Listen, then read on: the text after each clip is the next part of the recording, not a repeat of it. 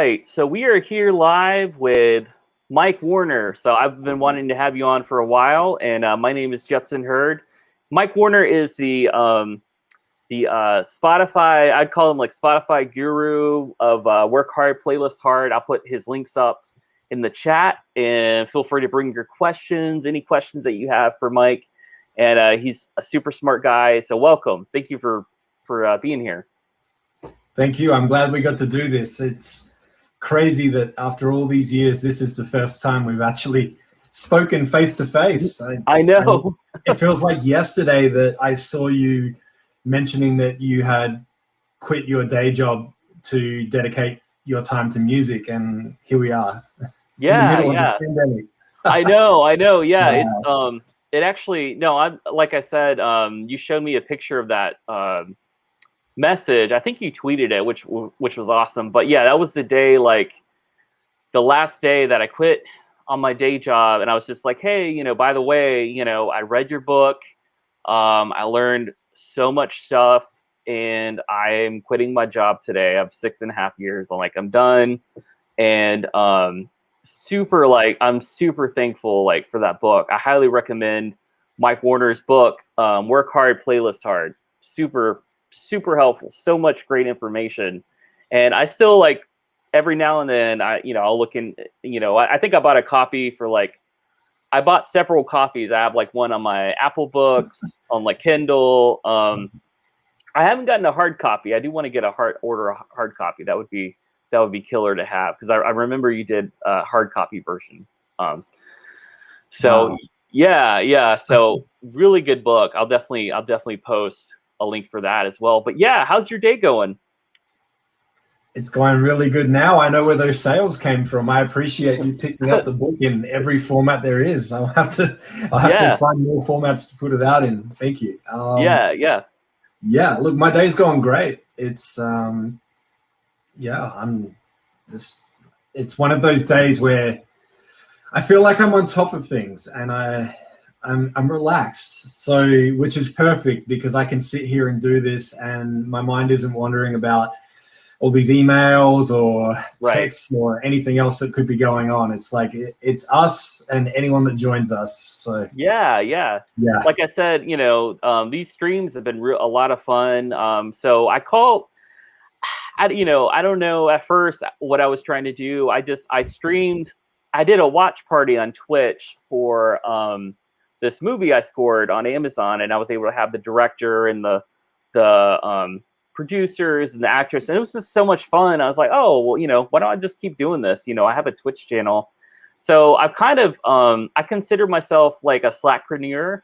So that's somebody who does what they want to do, and doesn't have to listen to a boss or anything like that. I consider you a Slackpreneur, and even if you have a day job and you're still doing your side hustle passion, which that's what I did for years, I still think you're a Slackpreneur, because you're still, you're still just learning, living the dream. That's what this show is pretty much about. I just want to talk to different people who are just thinking outside the box, not having that 9-to-5 job mentality, and just, doing whatever their passion is. So yours is music.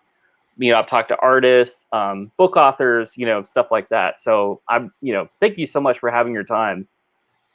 Thank you. I love that term, and I have never heard that before. Slackpreneur.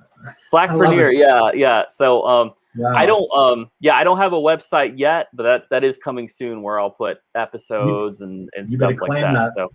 So yeah, the domain's bought. So I bought the domain. So yeah. But anyway, so tell us more about yourself. So I've known you for a few years now, and the way I heard about you was through Lance Allen. So Lance Allen is a guitar player. I highly recommend his music. We've done a collaboration. We're working on another collaboration. But Lance Allen told me about your website, and I was checking it out. And I'll be honest, I was a little skeptical at first with any, and I still am with any quote guru or person that's trying, because I'm like, all right, what are they trying to sell me? So I am pretty skeptical at first, but then I bought your book. Well, I'm like, well, the book's not that much. Read the book, I was like sold. Because so much great information in the book about Spotify if you're just starting out, on playlists, things like that. But it's just gotten a lot deeper. So we've got Lance Allen here. He just commented. He says, "Well, I'm here." So His we were ears were talking burning. about, we were talking about you, Lance. So Lance Allen's here. So, but yeah, tell us like a little bit for people that don't know you. What you're about. Just things like that. Who is Mike Warner? Oh my gosh, sometimes I don't even know. Right. No, I guess I mean, I've been living and breathing music in different ways, but I am not a musician in any sense. I could not play an instrument to save my life, but I've always loved music. I've loved being involved. I've dabbled in the world of DJing for many years. I've hosted radio shows and pushed them independently myself. I hosted podcasts. I've done mixes. I got into production. I found other people to collaborate with so that I could put out music that was of a high enough quality. And I've done the business side, and I realized that, while the business side isn't the most attractive to a lot of people, it's necessary, marketing in particular. So I had to teach myself. I was in a position where record labels weren't interested in the music that myself and my friends were creating. And with good reason. We were just putting out music we loved instead of trying to cater to a specific audience or release within a specific genre. So we just took a risk and started distributing independently. And I spent a lot of time doing research, sending emails, making mistakes, a lot of mistakes, documenting the process. And that led to me writing the book, and led to a lot of opportunities like this to speak directly to artists and people that work with artists. And, I feel like a lot of the things that I share are basic, but they're overlooked or they're missed. And that's why I like to do this, because there are things that are available to artists that they may just not be aware of, or they may not know the value of doing it. And so I guess for me, I'd like to say that I'd like to think that I'm a friend of artists, and I just want to give you good information, tell you what you should do and why, hopefully save you some time, and hopefully help you to grow quicker. That's what I'm all about.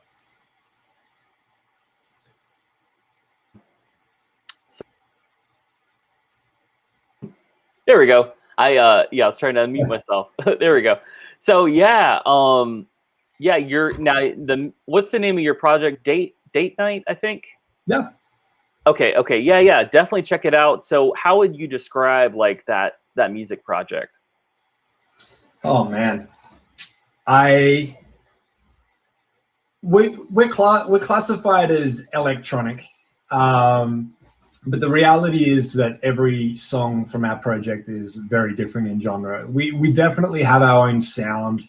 We're considered more of a band than a group that sits down in Ableton and programs keys or programs a bass line. We tend to, the other guys are instrumentalists, so they'll pick up the guitar and we'll record the bass from the guitar, or they'll pick up the saxophone, or we'll get a vocalist in to do a session. And then, of course, parts of it are programmed in Ableton as well, and then it's all synchronized through Dropbox because we can't be together. But yeah, it's electronic music. An electronic group would be the easiest way to define it. But as far as genres that we've done, I mean, we've done everything from soul, funk, new disco, liquid drum and bass, funky house, electro house. Wow. Yeah, it's been a lot of fun. And we've done some lo-fi tracks as well. I mean, we do what we feel like. I mean, we start a session, it could start at 120 BPM and it could end up at 90 BPM, or the other way around. Yeah. It's funny you say like you're not a musician, but like I think you are. I mean, because I mean it takes creativity to to write in those styles and produce and make this kind of ideas. So I definitely think like you definitely have like that musicianship, because I think back to, we could go back and, what is a musician, and stuff. And that could be debated for sure. But, I went to music school, and I was always just bored sometimes because, I read music, but I also play by ear, and nobody could really just jam with me, or like some people could, but like other piano majors that I was with, except for like maybe a few, could have like jam sessions or improvise. It was all like awards of music, and they were tied to, playing a Beethoven sonata, which they could do really well, but it was just kind of robotic to me, And honestly, that's really cool. That's really cool, I think. When did you start? So your website, Ask Mike Warner, but the Work Hard, Playlist Hard, like what year did that start approximately? It was either 2015 or 2016 because I remember. Okay. Yeah, I feel because here's the thing: Work Hard, Playlist Hard was nameless at the start, so it was. I had a Spotify account as a user, and I had some playlists that I'd curated, and I was working in background music at the time. So I spent time curating music for in-store, various stores and even venues, bars and nightclubs for daytime listening. So I had these playlists that I was curating, and it was all kinds of weird things like cowboy house and fashion store pop and all of this. Right. And I was just doing it for fun, and they were private. And then one day I realized I could make these public. That's not a conflict with what I'm doing. Let's see what happens. And I did, and I started sharing them. So Work Hard, Playlist Hard was eventually when so what happened was, this is actually a funny story. I don't think I've ever shared this before, as to how the name came about and when the change happened. So when I originally created my Spotify account and I signed up, it was connected with Facebook. And so it was pulling in my name from Facebook, and I would log in with Facebook. I wanted to remove that. And I contacted Spotify and said, I don't want to log in with Facebook anymore. I'd like to log in with my email and password. And they said, okay, done. You can now upload your own profile picture, but you need to choose a username. And I went, okay. I didn't even think about that. And then in my head, it had just been happening that week. I was like, work hard, play hard. Work hard, play hard. You got to work hard, but you got to have fun as well. And I'm like, work hard, playlist hard. Let's see if that username's available. And surely enough, it was. And that's where the name was first logged in and where it came from. Cool. Yeah, dude, that's awesome. Yeah. And when Lance Allen, when he told me, the name of the site, I was like, oh, I like that, because I worked in a corporate job, before I quit, and they're always like, that's just a big thing, work hard, play hard, haha, and I was like, oh, that's pretty clever, I thought that was a clever thing, to say with Spotify and the playlist, so I thought that was that caught my attention for sure, very cool, very cool. So the book, I read the book first. How long did it take you to write a book like that? I guess it started like an ebook. I'm just curious. Okay. It was over the course of a year, but it was a lot of starting, stopping, doubting, rewriting, and nearly tearing all my hair out in the process. Basically, it was a mix of imposter syndrome, like, who am I? I'm just a guy that made some mistakes and had some wins and documented it. And the other part was worried about it not being current because as I was writing it, things were changing so constantly. I mean, so, I would go weeks, sometimes even a month or more before I would reopen it and keep adding. And the the only thing that got me to the point where I finished it was I realized that sitting there and forcing myself to type it out was frustrating for me personally. Right. And so what I did was I started using dictation, whether it was the lady in my phone, whose name I won't say, or another app. And what I would do is I would say, take a note. And it would be based on something. Maybe someone had just asked me a question, or maybe I learned something that day. And I would say, take a note, and I would dictate it. And that would end up, I would get home and I would edit it slightly, and that would be a chapter in the book or a page in the book. And so, you know, a lot of people say the book sounds like I'm talking directly to them. And it's like, well, I used my voice to create most of it. Yeah. Wow. That's really interesting. It's a very interesting way to write, because that's really smart, because you're frustrated, sitting down like, oh my gosh, and then just the dictation worked for, just taking a different approach. So, wow. Yeah. The book is very personable, I did get that, out of that as well. So very cool. So what kind of job were you doing? Like when you said you were doing music, but, now did you quit your job recently as well? I think. No, so I was working at a background music service. That's right. Okay. And I did finish up working with them. I actually did the opposite. I went full-time with Chartmetric.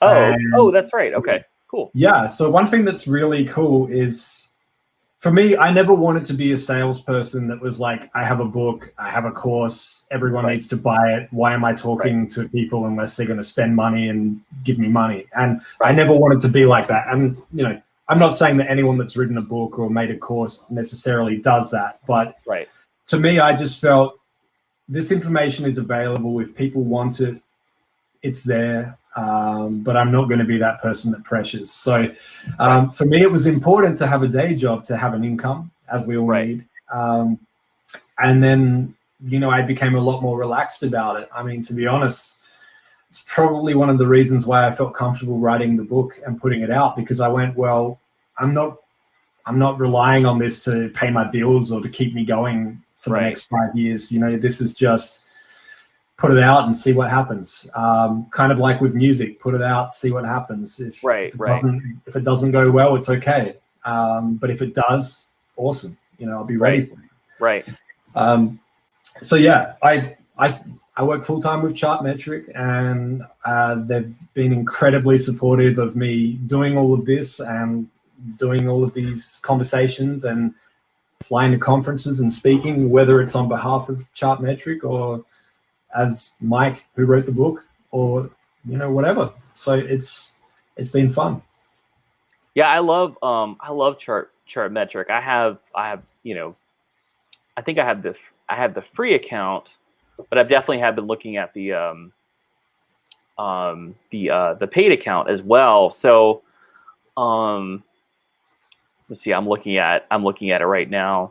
But it's something I checked. Like the data is really good on it. You've got, I see like TikTok data, Pandora, Spotify, Deezer, YouTube, Instagram, and it's a really cool website. And I like sometimes I see like playlists, like new playlists. It'll show me that a new playlist that had gone on and stuff. So it's a really great, I highly recommend. I posted the link in the chat, but Chartmetric is a great tool for sure. Yeah, so. I appreciate you saying that. It's and it's a really cool tie-in for me. Because I'm always learning. I mean, yes, I share everything I learn to help others, but I'm always learning. I have to be. I want to be, most importantly. And Chartmetric, it's been a lot of fun, because I started out just as a user, as a customer, I should say. I just wanting more information because Right. I knew exactly how to use it once I had it. And you know, prior to that, there was no real tools available that were showing you where you were on playlists, where your music was charting around the world. You know, obviously Spotify for Artists started to roll out, but I was looking beyond just Spotify at all the other platforms.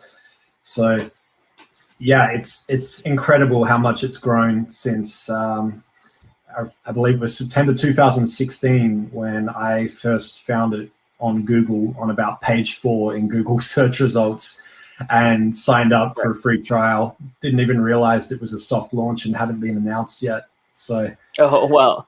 it's it's come a long way, and it's incredible, the growth.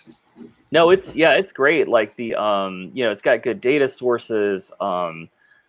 What cracks me up is I just started a TikTok probably last year or something, and just seeing where people use like my music on TikTok, and now it doesn't pay a whole lot. The royalties aren't there, but it's a great promotional tool, and people are hearing my music. And for example, like I did a cover song with a really great cellist from Lithuania, and You Were the Reason. We did a cover of Callum Scott, You're the Reason. And it's like the theme song, I think, in Malaysia for this. She's like a reporter, I guess. This lady, her handle's Mimi_Cappuccino, and she gets a lot of views, with my cover song, and I'm like, man, that's so cool. And then like Harry Potter's big, like I did a Harry Potter cover, and people really love that, and so it's a lot of fun, man. TikTok is something I really have been trying to explore and get. I always try to get out of my comfort zone, so I'm like, all right, kind of introverted. I don't like being in front of a camera, so like, but TikTok's a great tool, so like boom, let's try it out, and learn about it. But we got a question from somebody. Let me pull it up here. Somebody show it on the screen here. Lorenzo. So he says, "Hi guys, I have a question for you. Also, thanks to Mike's book, I have become quite good in getting featured in Spotify playlists. But what about the rest of the world? I find extremely difficult to find space on Apple Music, Amazon, etc. What advice can you give us?" That's a great question. That is something like I've been trying to learn about as well. So I mean, that's a really great question. Thank you. It is, and if you see, it looks like I'm typing on my screen right now. It's because I am, but I just want to see if this is still available before I put my foot in it and say that it is and it's not. Basically, yes, most people should be aware that Spotify have their own tool where you can pitch for editorial support, and as long as you have the release, it's coming out in the future, you can fill out that form. Apple Music don't have such a form or a way to pitch for editorial at this time. Amazon Music actually have an email address that you can pitch. And oh, cool. Okay. I know that it's mentioned, and I'll be honest, the way that I found it, I went to artists.amazonmusic.com. I went to their FAQ, and surely enough, there was a question, how do I pitch music for playlists consideration? Okay. And the answer was there. Here's the email address to send it to. So I'm not trying to bait anyone into a way to get that. I'm trying to find the actual email address so we can just post it in here. Or more importantly, the link to the FAQ in case it changes. But yeah, I'll see if I can look that up too. No, that's a great resource. Because I've signed up for Artist Amazon as well. I'm on the website. Yeah, I'm looking. Amazon has come a long way. Amazon Music, I think they've come out with some cool tools.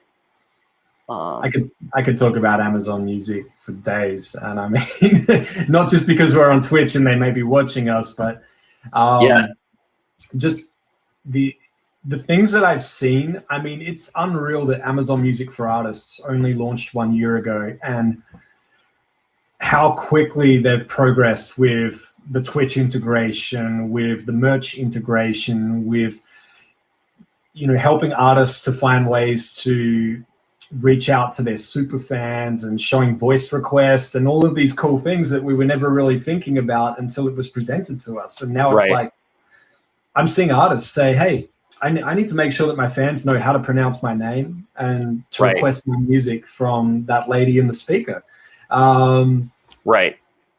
It's crazy. Yeah, I'm looking as well. I can't. Maybe they took it down. How do I submit my podcast content? Okay, I'm looking as well. It's a race. All right. This is fun. Let's see. All right, I see podcast. How to. So that's a good resource. So if you have a podcast, Lorenzo, we're gonna get it for you. All right. So if you have a podcast, this is a great resource. Yeah. And actually, just on that, if you have a podcast, you can add it into Amazon Music, and it will also add it within Audible as well. Oh, wow. Okay. Pretty cool. So, yeah, definitely worth doing. I mean, I was fortunate enough to find the link in the early stages, fill it out, and got my podcast in Audible on pretty much day one. And wow, yeah, it's really cool because it's just another way people can access the podcast. Not everybody, yeah. So we are on the hunt, and I am going to find this. And yeah, I have it. Where is it? Yeah, maybe I'm seeing if I can log in on the website, and maybe it's there, maybe, or something. Let's see. Can you log in? I have the app on my phone. Okay, got it. Okay, you found it. Awesome. I'm just going to copy and paste the text to you in the private chat because I can't post to the comments, but I know you can. Oh, yeah. Go ahead. Yep. But yeah. Yeah. Awesome. Cool. So yeah, hopefully that helps. Beautiful. Okay. I'm going to post this. Thank you so much. Yeah, and you know what? Let's do a bonus one here as well. Okay. So the other one. This is super helpful. Pitches, music pitches. Okay.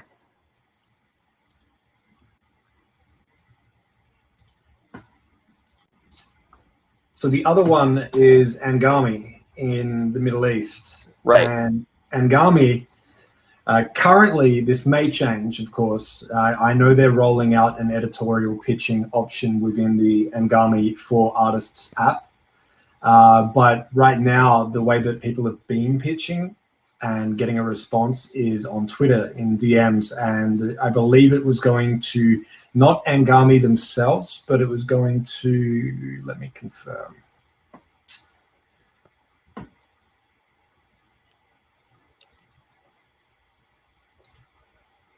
Okay, come on. Okay, it was it was going to Angami, the number 4 artists. So the Angami for Artists Twitter account. Now, I'm not suggesting that everyone go and just overload their DMs. This is still ask permission first, and then if they give permission, then go and most importantly, get the link to your song on Angami and have it ready. And one song. They will not want a link to an entire album unless you're telling them which song to listen to. Another thing to mention, a lot of artists, particularly outside of the Middle East, wherever you are in the world, you may not see your music on Angami if you log in. So, for example, here in the US, if I go to angami.com and I log in and I look, it's not going to show me all of the music that is available.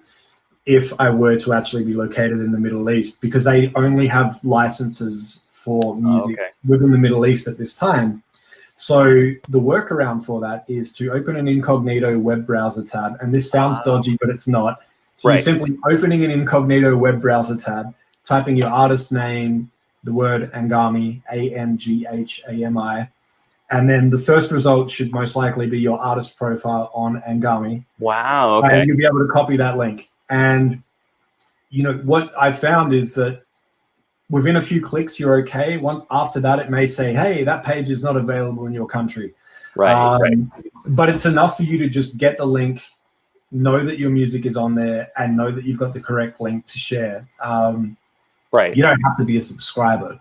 And that's the thing with most of these streaming platforms. You don't have to be a subscriber to actually have your music on there, have a presence on there, have a profile. Right. So, yeah. No, yeah, that's great. Yeah, I'm taking notes. I was like, I'm definitely gonna be taking lots of notes. But that's genius. So what about, I know Pandora, you've had some like sessions with Pandora. So, you know, I know the answer, but, you know, for people that don't know, you know, what do you recommend for Pandora? Yeah. So Pandora, they have their artist marketing platform, AMP, which is amp.pandora.com. And once you get access in there, the usual stuff, claim your artist profile, upload a picture. They have additional tools if you request access as a creator, where you can actually curate playlists and stations as the artist. And which is fun. Then they also give you access to Next Big Sound, which is their own analytics platform where they show you all of the streams, thumbs up, station ads, playlists. And, you know, it's really cool because you can see that for your entire catalog. Yeah, it's not as nice as Chartmetric, though. I just want to throw that out there. So they are the OGs, though. You've got to give them credit. Awesome. Yeah. And, you know, I've used it. I still use it because I want to get really deep into Pandora data, and the way they present it is awesome. And once you're in Pandora's artist marketing platform, you can promote up to 6 releases per year, 2 months maximum per release, and they don't have to be a release that is coming out. Pandora actually work in a different way with this. So the song has to first be available before you can actually go and pitch it, essentially. But the way that this works is you are... Actually, I want to backtrack here because Pandora has a different process. So if you're with a label and they push your music to Pandora, you're probably set. If you're distributing music yourself, whoever you use, they're going to push it to Pandora, but they're not necessarily going to make it available within Pandora for radio programming and on-demand streaming, which they have in Pandora Premium. But it's really simple. All you need to do is basically go in, request access in amp.pandora.com. There'll be a submit button. Submit at least just one song from yourself, the artist. And what that will do is that will flag it so that someone at Pandora will actually review the song and tag it correctly, tag you correctly, and make sure that all of your catalog is now pulled into Pandora. The reason for this is Pandora is very old school in a good way, that all of their curation is done by humans. You know, even the radio stations, humans are tagging those songs and then obviously the algorithm is delivering it to the listeners from that point forward. But when in the early days of Pandora, you would mail them a CD, and they would listen to that CD, and if they liked what they heard, they would go and purchase that song on iTunes, and then they would ingest it into Pandora, and then it would be available within Pandora. So, you know, it's unheard of now with the streaming platform that maybe has 1 million songs and they've all been listened to by human ears. And it was heavily curated. It's not like that anymore. And so now you've just simply got to do that, submit.pandora.com, or if you're logged in on amp.pandora.com, submit in the top right corner. Once you've done that, give it a week or two, maybe less, depending. And then all of your catalog will show within there, and you'll have links to all of your songs, and you'll be able to see all of that data. And that leads me to what you can do with that once we're at that step, which is you can promote up to 6 singles per year. As long as they were released within the last 12 months, you'll have the opportunity to promote them. The only catch is they have to have been listened to at least 10 times. Now, without suggesting that you go ahead and do this, it has been mentioned that those 10 listens could come from one person. Right. So do with that as you will. But once you've had 10 listens within the last 7 days, you will have the opportunity to promote them. And there's no review process. You put in the date range, and you can add a voice message to that song to play before or after as well. And then you click the promote button, and then it's done. And basically what happens is the song will be put in front of a larger audience on their radio stations. So if you do solo piano music, it's going to be played more amongst similar pianists. And if the song gets a lot of thumbs up from listeners when they're listening to it on Pandora, then that can actually lead to going into higher rotation on other stations and potentially lead to programming. So it's a very different approach to filling out a form and talking about marketing plans and tagging the song yourself. It's kind of leaving it up to the audience. Right. But it's cool. And it's just a few clicks. And I've seen artists get anywhere from 500 streams over 6 weeks to artists with hundreds of thousands of streams. Yeah. And it's all free. Yeah, Pandora, I definitely really like that feature because, back in the day, it would just take, like so many months. And then, you didn't even know if your song is going to be accepted or not. And then now it's just a lot faster and a lot more tools. I love the curation feature. Like you can make, I think it's called, what is it? Pandora Stories. You can make like curated playlists. And so I've been, I made a couple of those, and I need to make some more and stuff, but it's a really cool feature. And I love the feature single as well. Really, it's really neat. So very cool. So I think that answered his question. I mean, that, we spent probably a good 15 minutes on that, but I think that was a great some great advice there for sure. So think outside the box. There's I know that a lot of people are focused on the streaming platform they use, whether it be Spotify, Apple, Amazon, but the reality is your audience will listen where they listen. I'm yet to see an artist try and convince their fans to download a new streaming platform to listen to them. I mean, we've seen attempts at this with Tidal and other platforms, but people will listen where they want to listen. So just make your music available, and not only that, but the opportunities that we mentioned here, there are ways that you can pitch. And when there's a new streaming platform, I find that they're a lot more open to hearing from artists. They want feedback. They want music. They want you to be interested. So if a new streaming platform launches and you're watching this replay, follow them on social media and send them a DM and reach out. You might be surprised. Right. Yeah. No, that's great. That's great feedback. All right. We got another question. All right. So this is from Angel Rudiger. I hope I said that right. She says, "Hey guys, thanks for this live. I have a question related to playlist ads. What's the crucial issue to get organic growth?" That's a great question. Yeah, it's an interesting one. I don't run ads. Okay. So I am not an ad expert by any means. I know there are some people that do, and they've done very well with it. The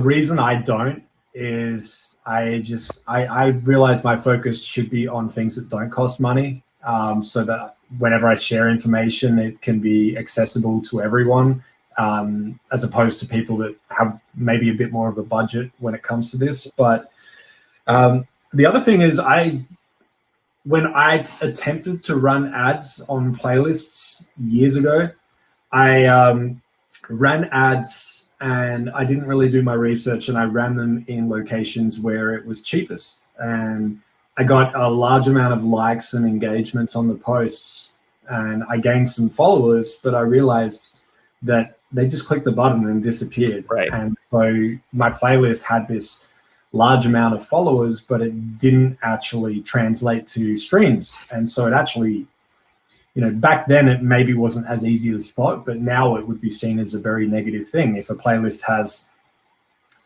10,000 plus followers and doesn't deliver more than 2 streams for an artist on there.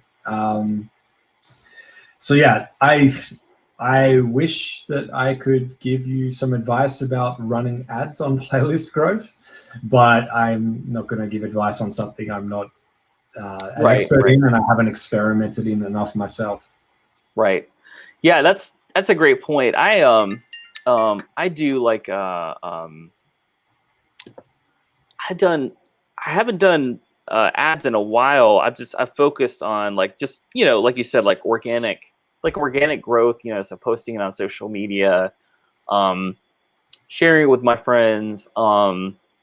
I curate on Submit Hub, so I just tell people, I said, hey, like,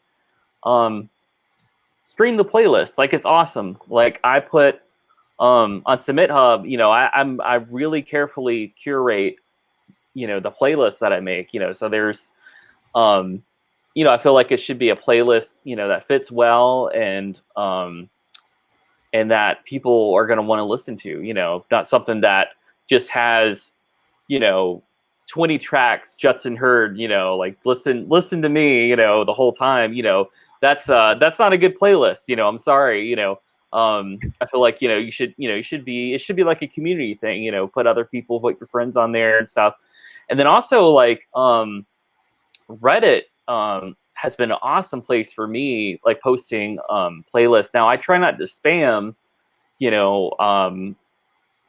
on Reddit, because that can definitely be seen if that's all you're posting. So, definitely post some pics, post some cute pictures of your cat or something, and then post, 1 or 2 in a nice playlist thread on Reddit, post your playlist, but make it a community thing. Don't make it look like, hey, like I'm just spamming you guys, it's got to be like, because people can see what you comment on and stuff. And if all you're posting is your playlist, then they're like, well, he's just trying to sell me, the playlist. So, that's something I've tried to definitely, do. And I know some people have had more success with Facebook ads and Instagram, and that, something I'm studying as well, for sure. But that's a great question.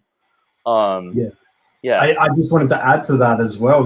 If you want people to get excited about your playlist, include them. Right. Whether you're adding them to your playlist or whether you're just including them in the process and saying, I'm curating a playlist right now. It's all solo piano music. Right. I'm trying to think of a good name for it, or what kind of artwork do you find appealing when you're looking for a playlist and there's 500 playlists with the same name.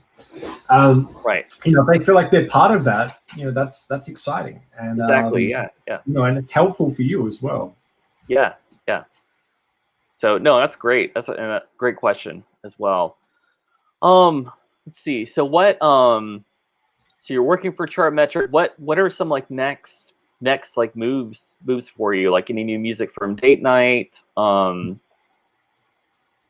I know you're living in the States. How long have you been in the States? 6 years. 6 years. Okay. Yeah. So how? I was gonna say, do you go to a lot of conferences? Like, do you have you thought about coming like to North Carolina for anything, or close here? I'm in North Carolina, so.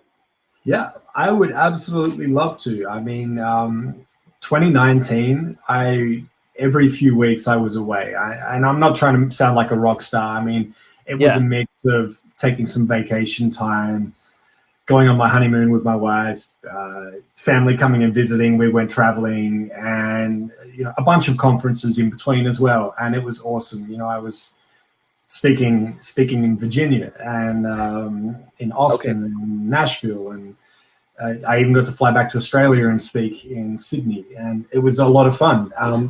Obviously, last year it was, with the exception of NAMM in Anaheim in January, it was all online. So, these are the new music conferences right now. Obviously some people are still doing it and doing it very well, and doing the best to recreate that experience. But for the most part, conversations are just happening as soon as people are ready. You and I just decided this time works. Let's go live. Anyone wants to join, you can. Yeah. But yeah, I would love, once we're in a position and it can happen, I would love to get back out, because you can't beat the experience of meeting people in person. No, absolutely. But I just want to say, I live in Wilmington, North Carolina, 10 minutes from the beach. You got a place to stay. I'll take you for some seafood. It'll be great. So that sounds awesome. Yeah. So definitely keep that in the back of your mind for sure. Yeah, and I wanted to tell you too. One, COVID, the pandemic for musicians was pretty. It's a pretty hard thing, especially people I know that their livelihood is touring, pretty much touring, and we're talking about people that friends of mine. They have more of an old school feel. They say, hey, Spotify is the devil. Artists aren't being paid, stuff like that. And I would touring's where it's at. Touring's where you're going to make money, or playing gigs, at your local bar, that's where you're going to make money. And I was trying to tell them, this is before the pandemic, I try to, say, hey, streaming's not perfect, things can get better, but it's definitely something to look into, because, things are changing and stuff. So when the pandemic hit, of course, I do play gigs. I play weddings, and piano gigs. I tour some. That all went away, in person. So I did lose, probably thousands of dollars. But thankfully, and this is part to your book, I have a base income of royalties from streaming, Spotify, and so I was okay. I did okay. But some people struggled more, that depended more on old school, when things were closed and things like that. So I guess I was kind of ready. I had no idea that this was going to happen, but I was kind of ready and can make up for the income that was lost. And now I've gotten into live streaming, because I was like, man, this is a whole nother thing that I can use to promote my music, to meet people, to talk to interesting people, like you, and it's just another income stream, and it's out of my comfort zone too, because I'm not a camera person at all, but it just helps me get out of my comfort zone and just try new things. And not everything works, but I was definitely thankful that I had read your book. It kind of prepared me for what 2020 was, just kind of a crazy shitstorm for musicians. It was just especially musicians that depend on gigs, and my heart, what definitely goes out to people that were in that position for sure, because it was just truly just really difficult for sure for people that depend on performing. Yeah, it was yeah, I'm glad you mentioned streaming should never be the only source of income for an artist. And for most artists, the reality is it isn't the main source of income. Right. It can be cents, maybe dollars. But the thing to remember is that all of the other ways that artists made money before streaming still exist. Radio, merchandise, physical CDs, vinyl. Right. cassette tapes are making a comeback now. I mean, there's I artists out know, there yeah. charging ludicrous amounts of money for an album that most people don't even have a cassette tape player. I mean, if you're smart and you've got a cassette tape player in your house, put it up on eBay right now. Like, it's you know, there's always, and here's the thing that I don't think will ever go away is when you love an artist and you love their music, you're never going to, you're always wanting something to have and hold, you know, whether it is a piece of merch, whether it's some kind of novelty item with their logo on it, or whether it's a CD or a vinyl or cassette tapes.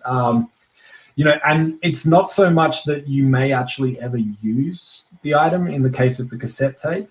It may be a piece of art that you display in your house, or it may be just the feeling of making that purchase. I mean, you know, some people that are watching this no doubt could relate to the feeling of going to the mall and purchasing an item. It could be clothing or another kind of item. You may have no intention of using it anytime soon, but the feeling of buying it, putting it in the bag, walking out makes you feel good.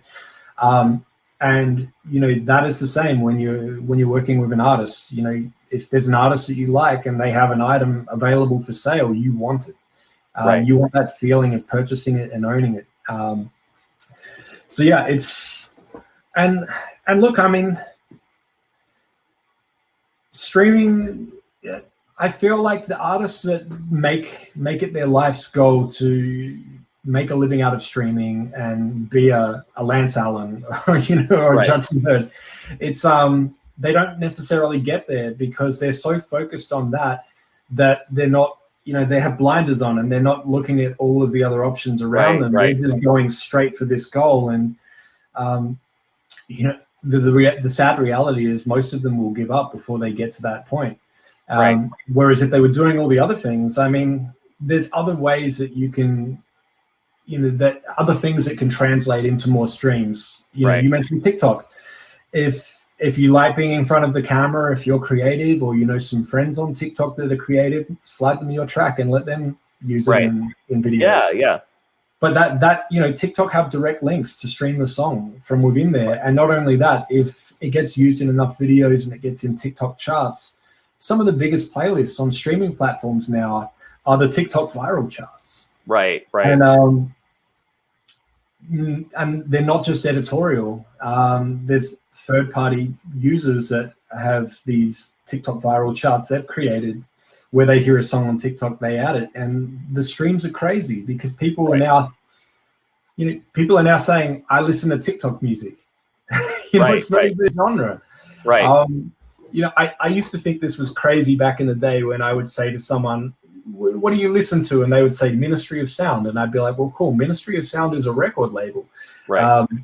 Is there a particular artist? And they go, the Annual. And I go, cool. So the Annual is 40 of the biggest dance tracks of this year and tracks that are coming out.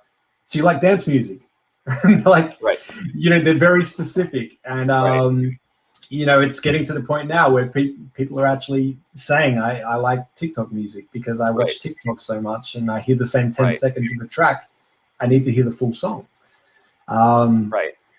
You know, it's really interesting seeing how these things are developing. Yeah, I love TikTok. I mean, I think I posted, I'm still learning it, you know, but you know, the features and the effects. But I think I was in a Food Line the other day and I saw like a cockroach. And I was like, oh, that would be a funny TikTok video. So I filmed it, and you know, it's just like Food Line never lets me down or something like that. And had Curb Your Enthusiasm theme playing, you know, and just kind of funny, you know, just a funny thing. And I was like, you know, in my head, really, I was like, you know, this is why I shop at Publix, you know. You know, I'm not sure why I was in a Food Line, but it was, you know, it's just kind of funny, you know. And then I have a friend on there who I'm doing a track with, Ariana, and she does like Family Guy, you know, voice, you know. It's just really funny, her video. And she's got like like 17,000 followers, you know, something like that. You know, it's really It's really great. Just really funny. And it's TikTok to me, you know, it's kind of a little more lighthearted than like, you know, if you're on like Facebook or, you know, Twitter, you know, so where things can be so like serious or like politically driven and stuff, you know, kind of a place where, you know, if you want to escape and just watch funny things, funny videos, music, stuff like that.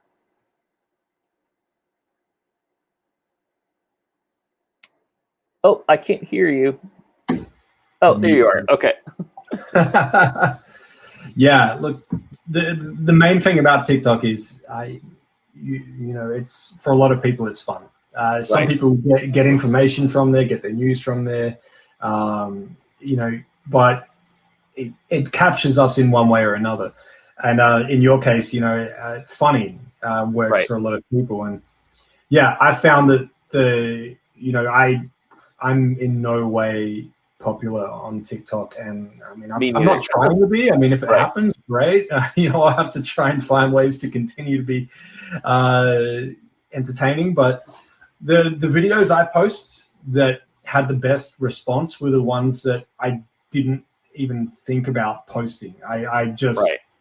saw something, took a video, wrote a caption, posted it, and came back an hour later and went, wow, you Right. know, that you know, something like that got a Yeah. response. Yeah. But nothing else. It's so weird. Yeah. So funny. Well, cool. Well, we got a few minutes left because I do need to make dinner and see. But I just wanted to say, you know, thank you so much for your time. When you have time, you know, in the near future, I definitely want to have you again and just maybe dive deeper about some things. But anything else you want to talk about or promote or anything that you're at the moment? I'm not really much of a promoter. You know, I guess artists are always going to have questions. They're going to have doubts. They're going to feel a certain way. You know, if there's anything I can do to help, feel free to reach out. You know, it's whether you've seen something you're not quite sure about, or whether you're trying to do something and you don't really know what the steps are. Just feel free to reach out. I mean, it sounds weird to say, but I'm most active on LinkedIn right now. Oh, okay, interesting. Okay. Yeah, I've just found the engagement seems to be a lot stronger on there. Right. And for me, they're really starting to focus more on creators. Right. So I just find I spend a lot of time on there, and I don't know why, but maybe the way that I've engaged with other people on there over the years, it seems to feed me relevant content. Okay. You know, I think after seeing Amazon Music for artists, Spotify for artists, you know, and all of them on there, and then of course you get developers at a lot of the streaming platforms posting about their new developments that they just made live. Okay. Yeah. I learn a lot on there, and for someone like me, I'm always hungry. I don't want to be the person that goes up to someone and goes, "Hey, what you did's great. What's next?" But I don't Right. have to say that. I can just watch and know what's coming. No, that's great. That's great. That's great Yeah. advice. Great feedback. Awesome. Well, yeah, I'm definitely, you know, when we get off here, I'm definitely going to check my LinkedIn because I'll be honest, I'm not on there a whole lot. I post things every now and then, but I'll definitely follow like some people you follow for sure because that sounds great. But again, thank you so much. I'll post your links. Definitely check out Mike's website, book, and Chart Metric. It's a great company. Mike paid me a lot of money to say that. I'm just kidding. No, but they are a great company. I use their service. It's great stuff. So again, thank you so much, man. Thank you for having me, All and right. thank you everyone for joining. All right. It's been Thank fun. you.